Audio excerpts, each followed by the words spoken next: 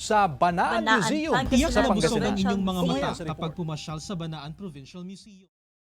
Symbol of Pangasinan's rich history, culture, and identity, Banaan Pangasinan Provincial Museum continues to inspire learning and appreciation for our heritage. Inaugurated in 2023, Banaan was born from a collective dream of cultural preservation and realized as a lasting gift to the Pangasinan people. Banaan was recognized in the 2025 Museums and Galleries Month, earning a special citation award. Banaan was established through the Provincial Ordinance Number 307-2023. Banaan welcomed 7,884 visitors, supported 29 concessionaires, generating a total net profit of nearly 150,000 pesos. Innovation lies at the core of Banaan's programming.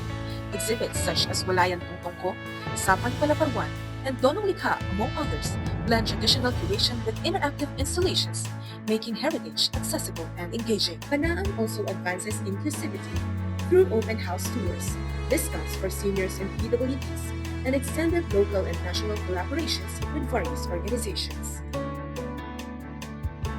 Maabig agad si kayo, siya si Sarah Fernandez Pyle. Beyond exhibitions, Banaan strengthens livelihood through its museum shop, supporting MSME concessionaires. Educational initiatives like book talks connect local heritage to national narratives. Other agencies and organizations conduct benchmarking activities in Banaan, recognizing it as a model for cultural education. Guided tours with trained museum educators, cultural performances, and art workshops turn every visit into a meaningful learning experience across generations.